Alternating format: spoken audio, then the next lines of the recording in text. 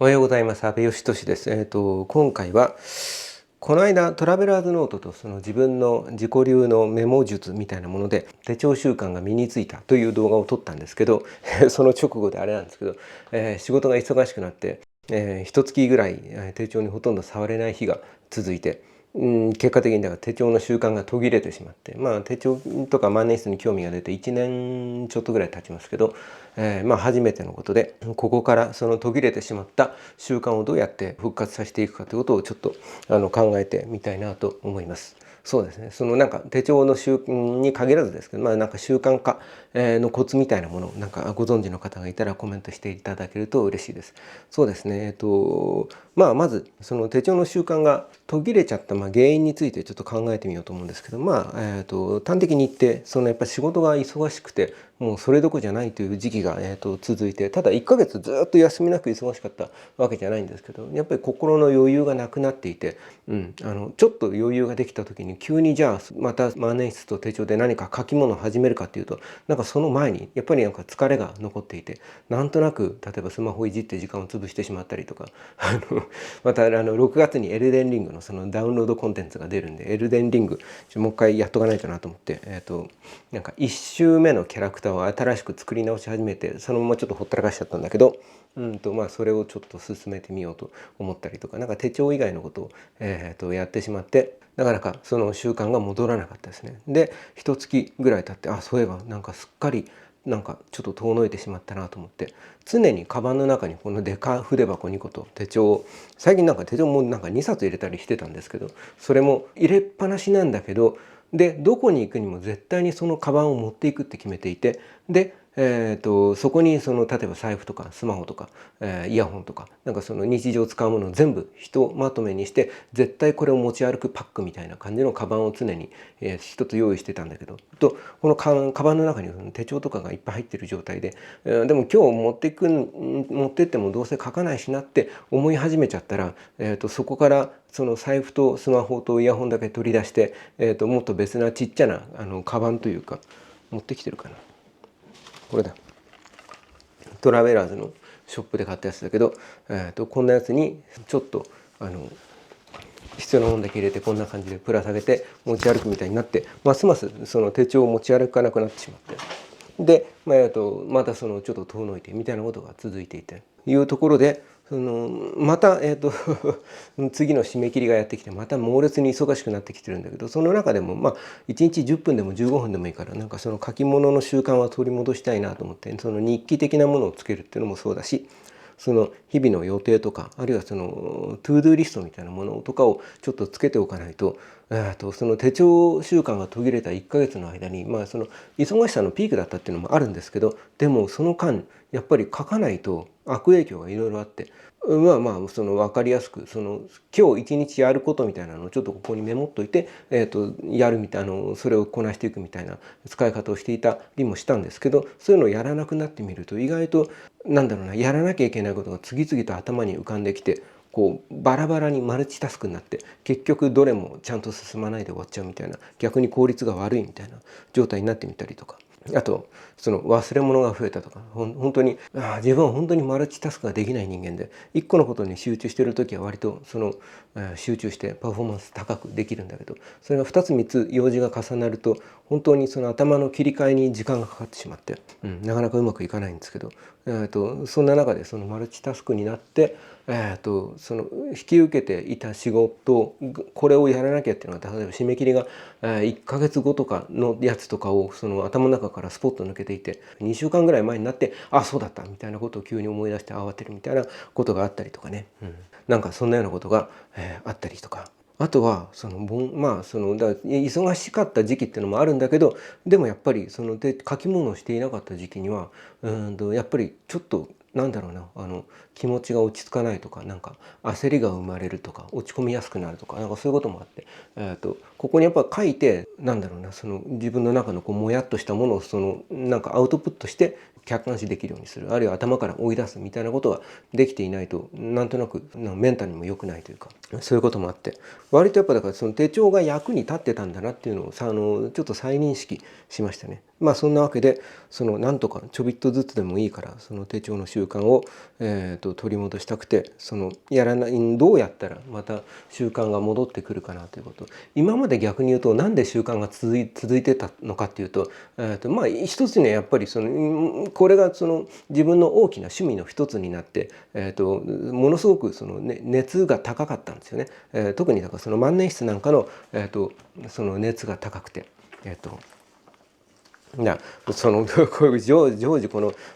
バカ高筆は2個も、持ち歩いて中にお気に入りの万年筆がぎっちりという、状態は異常ですけど、さすがにちょっとこれやりすぎてるんで、厳選してせめてねなんか3、4分ぐらいに絞って持ち歩かないと逆に不便というか、どれを使おうみたいなので迷っちゃったりとか、万年筆もインクを入れっぱなしにしていくと詰まりやすかって何本か詰まらしちゃってたんで、そういうこともあって、なんですけど、だからこのぐらい筆記具とか手帳とかに対する興味が高くて、なので続いてたというか、なんか暇な時間ができた時とかに真っ先に思いつくのは、ちょっとなんか万年筆いじりたいなってことが思いつくことの上位にあったわけですよね。で今もそれはそうなんだけど、でもやっぱりちょっと気持ち的に落ち着いてというか、だから普通に戻ってきて、これは明らかにちょっとかっ飛ばしすぎというか、なんか行き過ぎていたのが、だから普通に、非常に好きな趣味の一つみたいなところのポジションに落ち着いてきてみると、要するにカバンの中に常時これを入れていくのはさすがに重すぎだろうということに気づき始めたりして、だから持ち歩く頻度が減っちゃったりしてみたいなことが起きていたわけですよ。でその中で習慣化がスポッと抜けてしまったとですね。なので、その習慣化を取り戻すために必要なことの一つとして今やってるのは、書かなくてもいいからとにかくカバンから出して目につくところに常に、書ける状態で置いておくということを意識してやるようになって、それをやっておくとやっぱり、なんか隙間時間でちょっと思いついた時に手帳なりペンなりが、視界に入っていると、そうだなんか書こうって思いつくわけですよ。それが一ついいことかな。なんかやはり人間はなんか習慣一日のやることの45%だけだから半分ぐらいがもうすでに習慣になって無意識にやっちゃうことで埋め尽くされていて、自分が意識して選択している行動って割と少ないみたいなことがあって、なので何かいいこと、例えば勉強するとかなんか運動するとか、自分の、人生にとっていい習慣みたいなものをうまく習慣化することができると圧倒的に強いんですよね。習慣化しちゃえば面倒くさいとか嫌だなっていう気持ちが起こらずに淡々とこなせるようになるんで、逆に楽しみでやってることを習慣にしちゃうと逆に楽しいって気持ちも下がってしまって淡々とやっちゃうようになるんで、良し悪しもあるみたいなんですけど、少なくともページを開くところまでは習慣化して、何を書くかについてはその度に自分のやりたいなんか楽しいことを書くみたいな感じで、うまく習慣化のいい部分、面倒くさいっていう気持ちが消えるみたいなところをなんかうまく引き出しつつ、逆に言うと楽しみの部分も平均化しちゃうんで、その部分はうまくなんか楽しめるようにっていうようなんかいい習慣化ができるようになるといいですよね。なので今やってることとしては、絶対に書くってことを習慣化するんじゃなくて、目につくところに置いておく、すぐに書ける状態にしておくみたいな、ことを考えてます。なので一時期はだから筆箱を持って歩いてるんだけど、同時に、この今ちょっと2冊もやりすぎなんでちょっと1冊に戻しますけど、こんな感じで持ち歩く状態をこの辺もちょっともっと手際よくパパッとできるようにしたいんですよね。このウカムリクリップは手帳を開いた状態にキープするのに非常に役に立っていて、これは今ここちょっとこっちにやってるけど、ここに鈴のなんかチャームっていうのかな、なんか金具がついていて、これが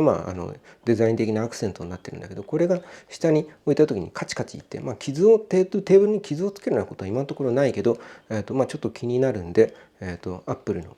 信者の布と呼ばれる、アップルのクリーニングクロスを、常に持ち歩いていて、クリーニング目的じゃなくて、手帳の下になんか敷く、ものとして持ち歩いています。だいぶ年季が入ってきて汚れてきちゃったんで、これ洗わないといけないです。洗えるのかなこれ。まあいいや。これはもうね、なんかクリーニング目的じゃなくて手帳に敷くやつっていう感じで使っておりますよと。でこんな感じで、だから今これもちょっと工夫しなきゃいけなくて、書くのに一手間かかるじゃないですか。手帳どうしてもそうだな、特にこのトラベラーズノートなんかは広げておくときに何かで固定しないとちょっとこう戻ってきてしまいがちなんで、これを使ってましたけど、こいつもちょっとでかくてね、何かもっと素早くさっともう開いて書けるっていうような状態に、できるように、それは今これからちょっと工夫をしていかなきゃなと思って。で持ち歩いてるやつもしばらくはここにもちょっと万年筆持ったりした時期もあったんだけど、ここは素早く書くためのペンがいいだろうってことで、今ここに入れてるのはパーカーの、フィフスってやつで、この間自分でインクを補充して、無理やり後ろの蓋こじ開けて中に自分でインクをスポイトで注入して、補充してみたやつが、入ってますと。でもここもこれ以上筆記具の趣味を広げると収集つかなくなりそうだけど、なんかボールペンとかも結局いいボールペンはいいんですよね。なんかそのボールペンもちょっと気になってきてしまったりして、でこの間ジェットストリームの話がちょっと横っちょに行くけども、新しいジェットストリームなんてもう完成された最高のインクというか、なんかそのボールペンのリフィルとしてなんか常にその人気のトップにいたわけですけど、ライトタッチって新しいやつが出て、この間ちょっとツイッターに、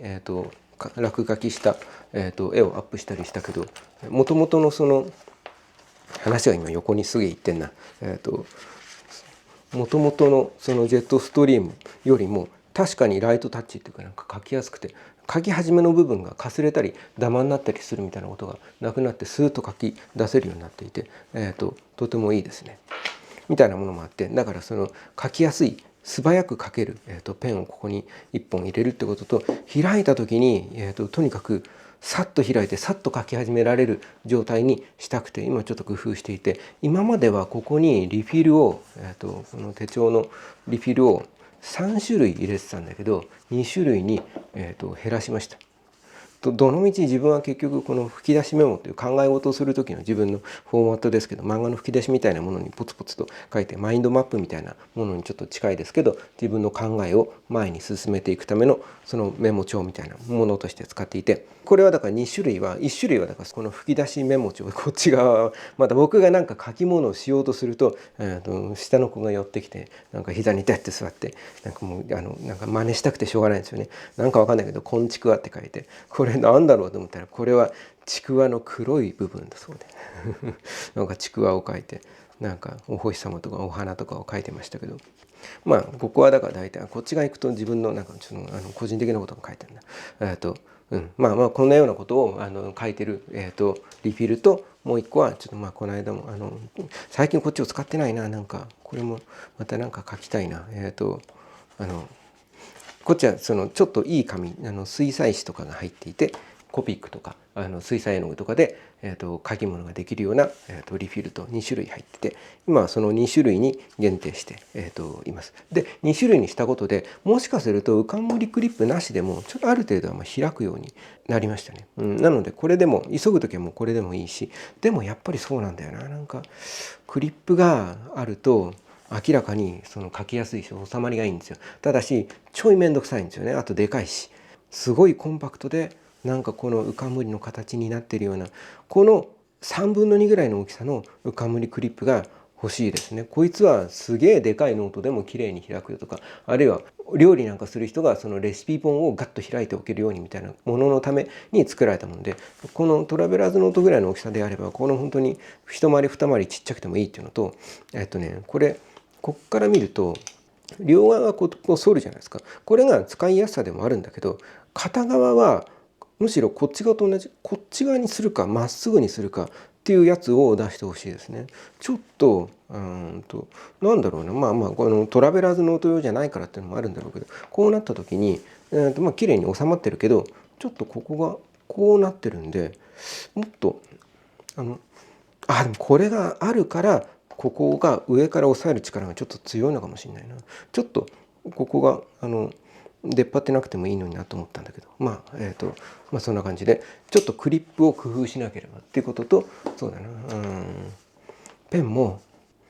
こうねじって開けるのに比べると、こういう引っ張って開けるタイプの方がいいんですけど、もしかするとここもこういうノック式のペンの方が早いかもしれないですよね。とにかくさっと書けて、なんか確実なそのペン、楽しみで書くときはやっぱり万年筆が書き味的には楽しくていいんですけど、万年筆はだから筆箱に入れといて、落ち着いてゆっくり書きたい時に取り出すと。そうじゃない時は、無造作にここに刺しておいてパッと使えるボールペンを1本置いとくのがいいかな。これはだから半分はボールペンで書いて、半分は、G ペンの万年筆で書いて。でも、G ペンの方が線は細いんだけど、ボールペンもやっぱり 0.38 とか、ジェットストリームだともっと細い 0.28 もありますしね。そうするとかなり細い線が引けて、このぐらいの大きさでも細かい字でいろいろと書けていいので、なんかそのあたりも含めて書き始めが素早く書ける仕組みを、そうなんか手帳に凝り始めた頃はなんかこの一手間かかる道具をいろいろこう継ぎ足していくことが楽しみになってたんだけど、でそれも今でもそうなんだけど、さっと書けるようにするのも大事かなと思いますね。だから常に目につくところにあらかじめ置いておいて書き始められる、できるだけ書き始められる状態にする。だから仕事場に関して言うと、仕事場に着いたら開いてこの状態で液タブで絵を描いてるけど、その近くにこれを置いておいて書けるようにしてますね。でそれでちょっとその習慣が戻ってきやすくなってきて、います。こんな感じかな。あとはこの吹き出しメモのフォーマットも、工夫しようと思っていて、これは自分が考え事をする時に、だからその真ん中からスタートして思いついたことをこう漫画の吹き出しみたいにしてちょっと書き進めていくと思考を進めやすくて、自分としては非常に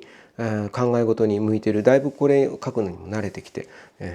で考えに詰まった時とかに吹き出しと吹き出しの隙間になんとなく、落書きをすることでなんか間を持たしたりみたいなことも含めて自分には非常に合っている。あとだからそのページを開いた時にまず最初に真ん中に日付と場所と何について書くかみたいなことをなんとなく書く、このなんか最初の丸みたいなものが、あって、書くことが決まってなくてもこれは書けるんで、書き始めるって手を動かし始めるとなんか書くことを思いついたりするんですよね。そんなのも含めて、フォーマットとしては自分に向いてるなと、思うんですけど、こいつの良くないところは後から見返した時に、ゆっくり時間をかけてこれを見るとスタートが自分の場合だから上に進めていって、ここから時計回りみたいな漠然としたルールがあるんで、考えたどの順番に書いたのかは別に番号とか振らなくても見れば分かるんですよ。それに従って一個ずつ読んでいけば、こんなことを考えてたんだなってことが後から読み返すことができて、いいはいいんですけどでもやはりその一覧性が低いというか、何について書いてたんだっけみたいなことはある程度読み進めないと分かんなかったりとかして、一応ここにそのタイトルは書くんですけど、でもちょっと分かりづらかったりっていうことと、あともうその何度も言ってるけど一番致命的なのは、自分の字が汚すぎて読み返せないっていうことですね。もうこれはもうなんだろうな、その自分のおならが臭すぎて気絶する犬とかと同じレベルでダメな話で、字は練習しなきゃいけないなと思ってます。字上手くなったら絶対今よりも書くの楽しくなりますよね。その僕の場合は、半分以上が絵を描くことに手帳使っちゃってますけど、でもこういう考え事のそのページもたくさんあるんで、字は綺麗に後で自分が読み返したくなるぐらいにちょっと練習しなければみたいなことはちょっと思ってます。そんな感じかな。習慣化のためにやっぱり一番大事なのは始めやすくする。あとはだからその小さな目標にするってことが大事みたいで、だから例えばだから毎日絶対に3ページ書くみたいななかなかにハードルの高い目標を立ててしまうと、それが途切れた瞬間にこう心が折れてもうすっかりやらなくなっちゃうみたいな、一気にやる気がそげちゃうみたいなことがあって、自分も多分だから毎日書くみたいなことをなんかその毎日っていう部分にすごく重さを置いていたからなんか書かなくなった瞬間にちょっともういいやみたいになっちゃったとかちょっとあって、そういうのも含めて例えば絶対に毎日手帳を開く、書かないは別にしてぐらいにちょっと目標を下げておくと、さすがに取り出して開いて置いとくだけだったら絶対に習慣化はできるじゃないですか。これ開いて置いとくだけのことだからと、今はそれをやろうとしていて、絶対に仕事場とかに来たらとりあえず開いて、いつでも書き出せる状態にして置いておくと。これをこの状態で机の、端に置いておくと、なんか、例えば絵を描いていて疲れて一息入れた時にまたペンを持って書き出すのもどうかと思いますけどね、僕の場合はね。でもそうだな、ちょっと書き物するかとか、ちょっと今思いついたことをここに書いておこうかみたいな気になりやすいんで、できるだけこの状態で置いておくと。でこれを習慣にすると。今はそんな感じかな。でさすがにやっぱ開けておけばちょっとは書くので。みたいな感じで今、習慣化を再起動させようとしているところです。うまくそれがだからうまくいくつかの方法を試してみてうまくいったところでどの方法が効果があったかみたいなことを改めて話そうかなと思います。というようなトラベラーズノートの習慣化が途切れたんでそれを復活させるためにちょっと考えてみたよっていうような動画でした。ありがとうございました。で最後ちょっとだけ追加の雑談をするとそうだな、昨日はだからシグマ FP の話が出てシグマ FP でもう今日も撮ろうと思ったんだけどここが撮影場所として考えてみるとここも撮影の、が面倒くさくならないようにあらゆる道具をもうセットした状態でここにもこれを映すと汚いからなここの映すとこ以外がめっちゃ散らかってるんですけどここにパナソニックの S5 ルミックス S5 っていうカメラがもうセッティングされていて、ボタンを1個押すだけでいつでもオートフォーカスなんでもうここにピントが合うんで、撮影が始まるようにここにちょっとライトをつけるみたいないくつかの儀式とここにカメラ、DJI のポケット3をセッティングするみたいな、一手間はあるんですけど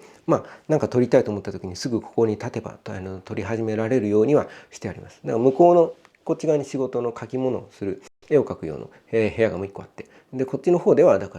シグマの FPL がセッティングされていてそっち側でも撮りたいと思ったらパッと撮れるようにはしてます。でドリキンさんに勧められていた